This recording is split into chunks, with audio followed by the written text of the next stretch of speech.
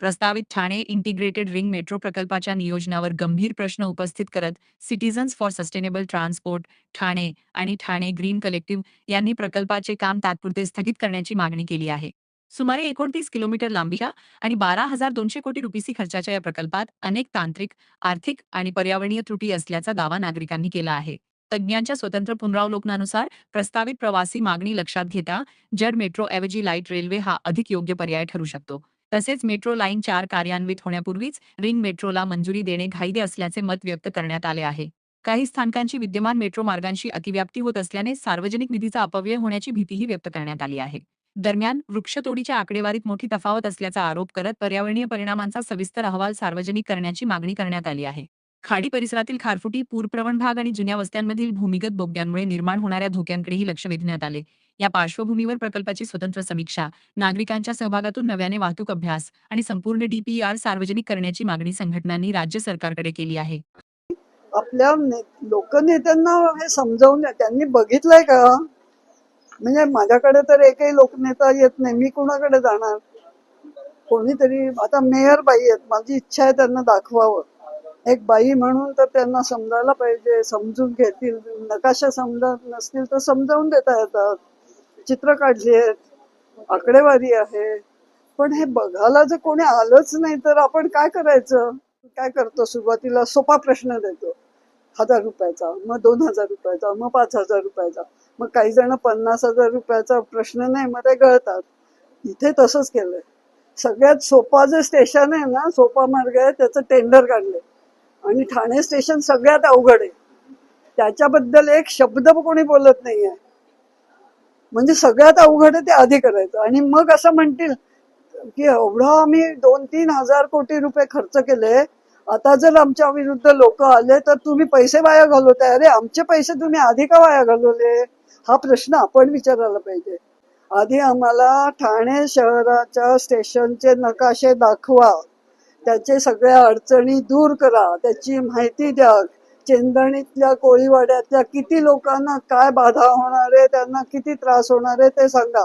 सिडकोच्या बस स्टॉपवरनं पण येता येणार नाही स्टेशनला. इतके प्रश्न तुम्ही एका स्टेशनला, बाकीचं तर मी सोडूनच देते.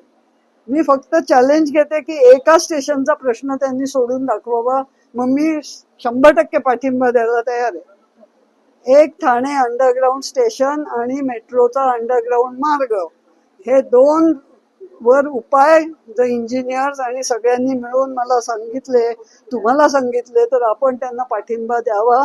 नाहीतर हा प्रकल्प कृपया थांबवा.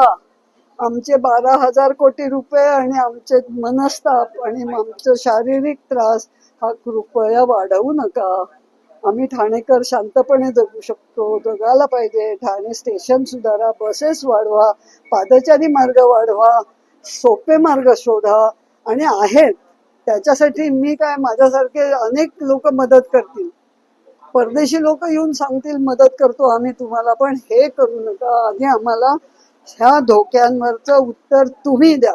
तुम्ही माझ्याकडे उत्तर मागू नाही शकत. मी तज्ञ नव्हे, मी फक्त लिमिटेडच अभ्यास करू शकते. नमस्कार. आमचं असं फक्त हा मागणी आहे. मी हेमा रमणी आहे आणि मी एक ऍडव्होकेट आहे and I am a resident of Thane. फक्त आमची अशी मागणी आहे की जोपर्यंत मेट्रो 4ची लाईन कम्प्लिटली कमिशन होत नाहीये तोपर्यंत हा TIRM बंद करायलाच पाहिजे.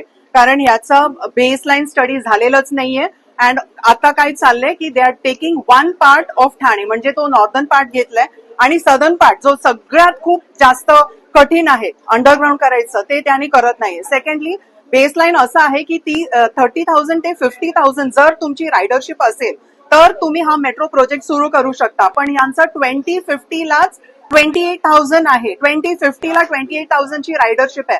मग कशासाठी आणि कोणासाठी? आणि जो मेट्रो 4 आहे त्याच्यासाठी तुम्ही हा प्लीज 12,200 crores जो तुमचं बजेट आहे ते तुम्ही ऑल्टरनेट, यानी की व्यवस्थित तुम्ही आम्हाला पेडेस्ट्रियन स्ट्रीट्स द्या आणि तुम्ही प्लीज आम्हाला बसेस द्या लास्ट माइल आणि फर्स्ट माइल कनेक्टिव्हिटीसाठी.